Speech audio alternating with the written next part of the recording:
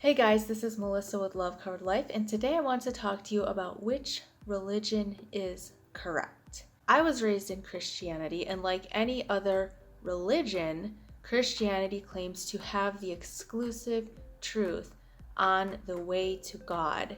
We have the right answers, and everybody else is wrong. It's us versus them. We are in, and you guys are out. Most Christians take John 14:6, where Jesus says, I am the way, the truth, and the life, to mean that the Christian religious system and the Christian set of mental beliefs about what Jesus did on the cross is the way, the truth, and the life. And what I want to address today is this mindset of us versus them that is still very much within the church. But before I get into this, don't forget to subscribe to my channel. Don't forget to talk to me in the comments. I love hearing from you guys, whether you agree or disagree. I love hearing your thoughts, your stories, your opinions. This way of looking at things that says we alone have the truth is not exclusive to Christianity, and that is the very reason why it should cause us to question whether or not this tribal mindset of us versus them, the in-group and the out-group, if this is the correct way of looking at things. Let's look at a few groups within the broad category of Christianity that most evangelical Protestant Christians would say are going to hell for believing the wrong doctrines, having the wrong mental understanding of God and Jesus. Take Catholics, for instance. My dad's best friend growing up was a Catholic. Most evangelicals would condemn Catholics for idol worship and say that they are going to hell, but the Catholic Church believes that it is the one true church appointed by God. How about Eastern Orthodox? Eastern Orthodox makes the claim that they have the most historically accurate doctrine based on the teachings of the early church fathers. I have an Eastern Orthodox friend, and based on my conversations with him, I would have to say that I agree. Most evangelicals, again, would say that Eastern Orthodox are going to hell because they wear robes and they kiss statues of the saints. I used to have a Jehovah's Witness neighbor who I would invite over for lunch, and we would discuss, and I could clearly see and sense the love of God in her and a genuine desire to serve. And Jehovah's Witness believe that they are the only ones who call God by his true name, Jehovah, and that they are his true witnesses in the world, and that Protestant Christians are reading corrupted versions of the Bible. The same for Mormons. I've interacted with some Mormons on this channel because Mormons have been drawn to my videos on pre-birth memories since they believe in premortal existence. So I've studied a little bit on what Mormons actually believe. I've been fascinated by some of their beliefs. I obviously don't agree with all of it, but the one thing that they have in common with Protestant Christians and Catholics and Jehovah's Witness and Eastern Orthodox is that they believe that they alone have the truth about God, that Christianity got off track and God gave visions to Joseph Smith to bring the church back on track. And all of this within the broad category of Christianity. We haven't even started on other world religions.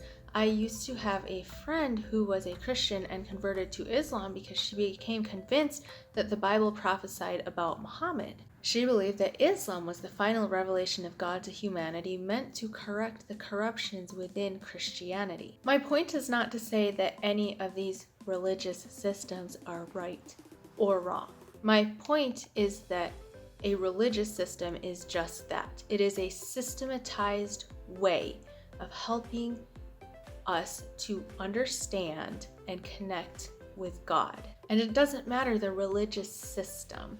The mindset is the same. We alone have the truth. We are the true church. We are God's final revelation. This is a symptom of a religious mindset. This leaves us with a question. If a religious system is not the way to God, then what is? Are we left with any other type of measuring stick to be able to tell who is right and who is wrong, who is in and who is out? And I'm going to answer that question for you, but first let me set the stage. Here's the thing.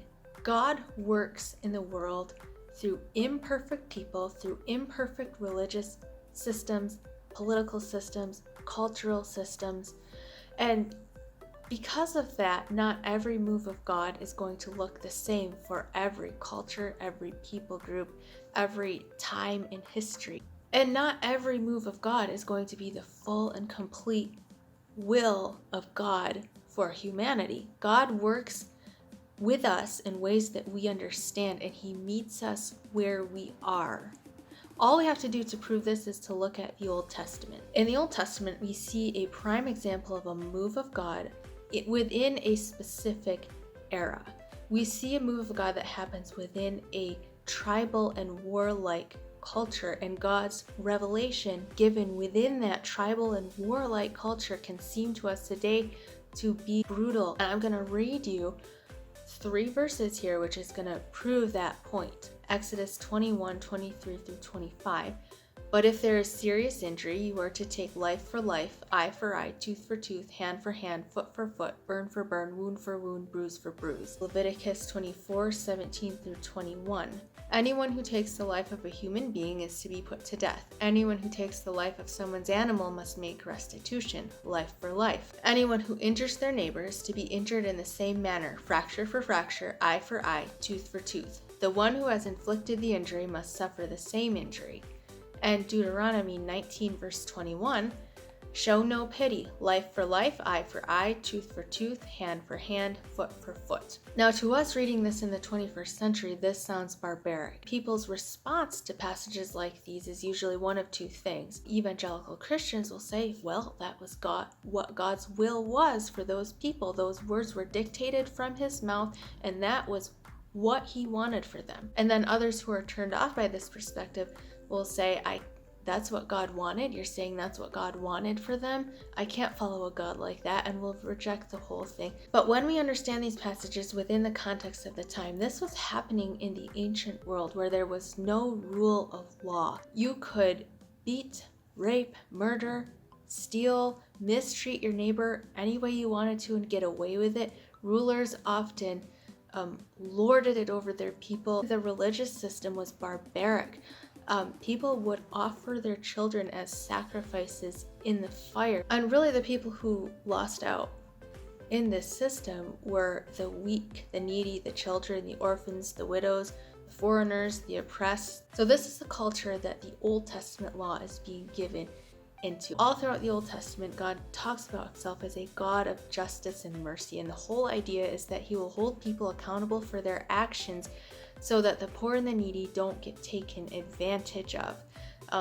So however you treat somebody, you're going to have to experience that same treatment in return. It was absolutely necessary for the time, and it was the next step forward for those people in that culture. It was the revelation of God that those people then were able to understand. And it was not exclusive just to Jewish culture. If you go and read ancient world history, you'll see this type of rule of fair law being initiated in other ancient cultures, and you see the whole ancient world taking this huge step forward from a savage life to a more humane and civilized way of treating each other. And yes, it happens over a period of thousands of years, and there's a lot of backtracking, but the progress is happening, and it happens slowly and it happens in steps. But this is how God has always worked in the world. He meets us where we are.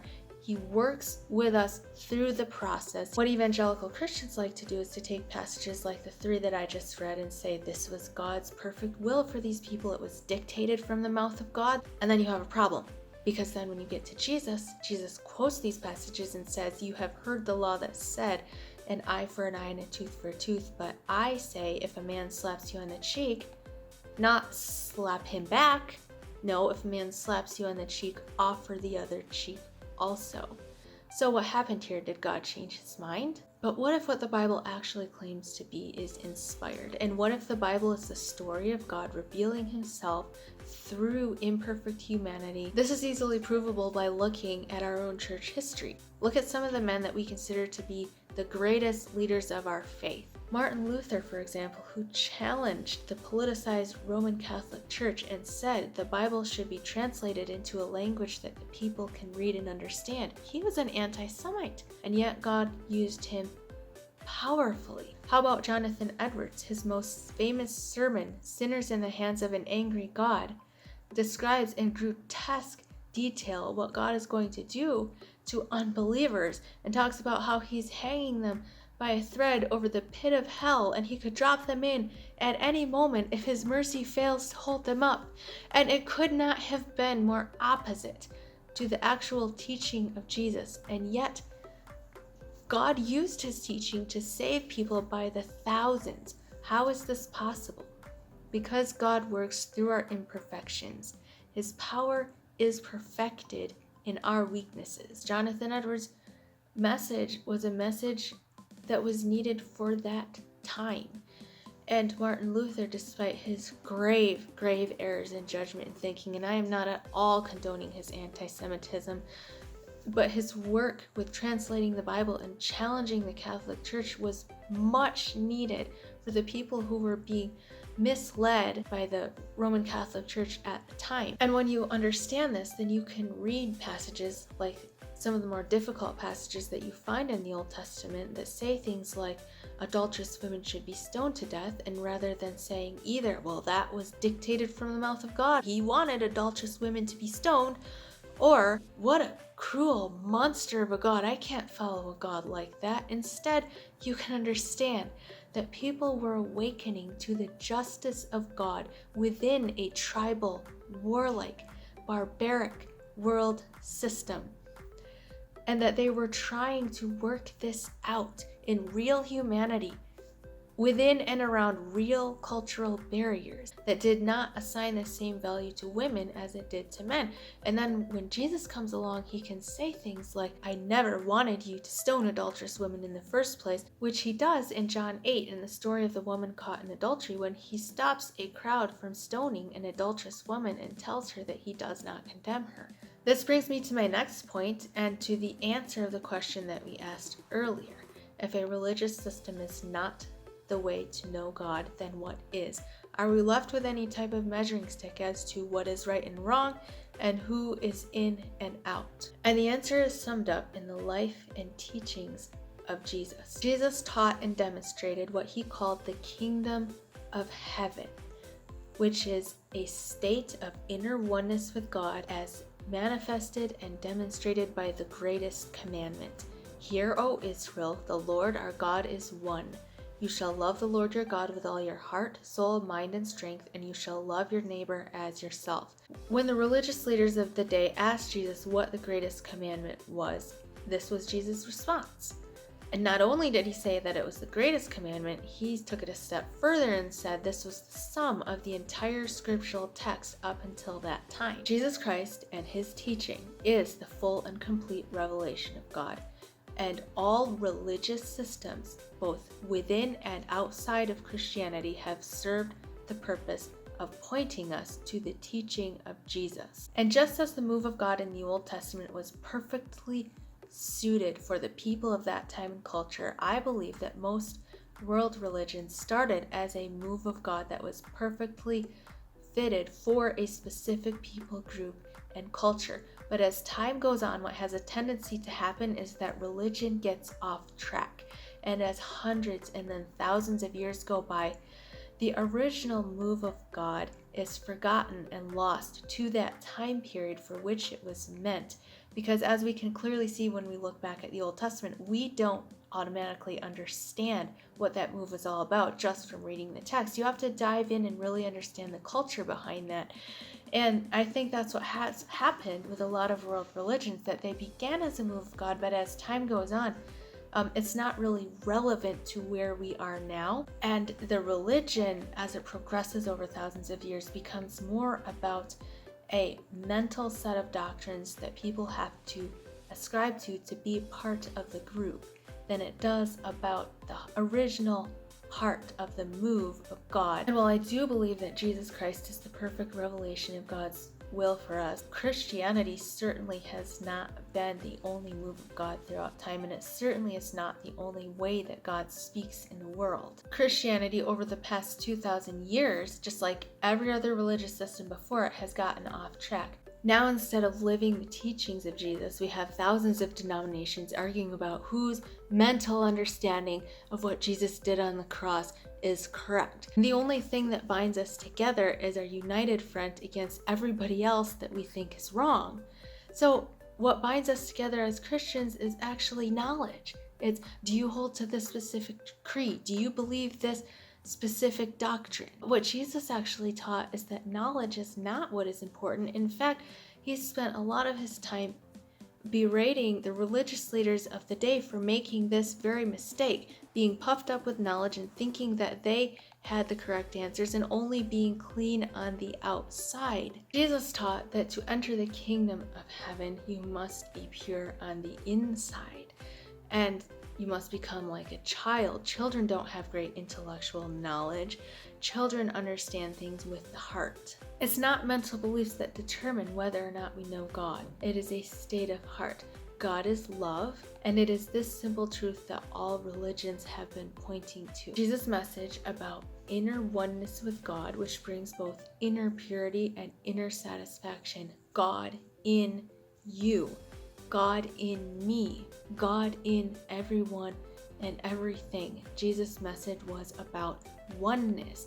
God is one, and I am one with God, and you are one with me, and I am in the least of these. We are all one, and you experience this oneness within your heart. This is what Jesus' second coming is about, the giving of the Holy Spirit. God in you, awakening to the fact that we are all living, breathing, physical manifestations of the love of God in this world. And in order to step into that, we have to die to ourselves, to our flesh nature, to what is commonly today referred to as the ego, that false identity inside us that wants to argue about who is right and wrong and who is in and out and who has the correct set of beliefs about God. And to see instead with the heart that God doesn't care where you worship him, as he stated to the Samaritan woman in John chapter 4. He doesn't care if you worship him in the temple or on the mountain. There is no correct place to worship God because God is spirit and we are spirit, and we connect to him within. The religious systems and the traditions and the mental understandings are not what is important. The point is God is in here. And when God, who is love, enters the heart, a person becomes spiritually alive. Or maybe more accurately, we could say when God, who is love, is recognized and acknowledged within the heart. Because God is always there. It is us who are blind to him.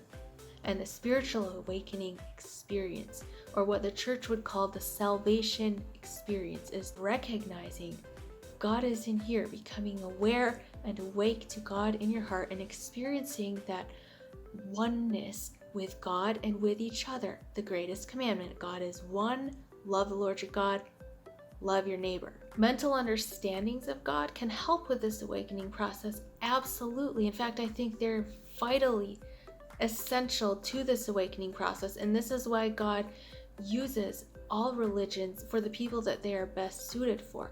But it is not the mental belief system or the religion that is the answer. It is the awakening in the heart that is the answer. The point of all the religious systems in the world have been to help facilitate this awakening. Instead of seeing one religion as having all the correct answers and everyone else as being wrong, we need to understand that religions are a tool. I'm not saying that all beliefs are right or should be accepted. In fact, quite the opposite. I would dare say that when it comes to mental understandings of God, we are all wrong. God is altogether beyond our ability to understand. And that's exactly why we cannot use a set of mental beliefs about God, which is what religion is, as a measuring stick as to what is right and wrong and who is in and out. In fact, as we said earlier, God's measuring stick is love, and this is clearly seen in the parable of the sheep and goats in Matthew 25, when Jesus states that we will be judged based on whether or not we loved and cared for the people around us. Now, to be fair, Jesus and his teachings does divide people into groups,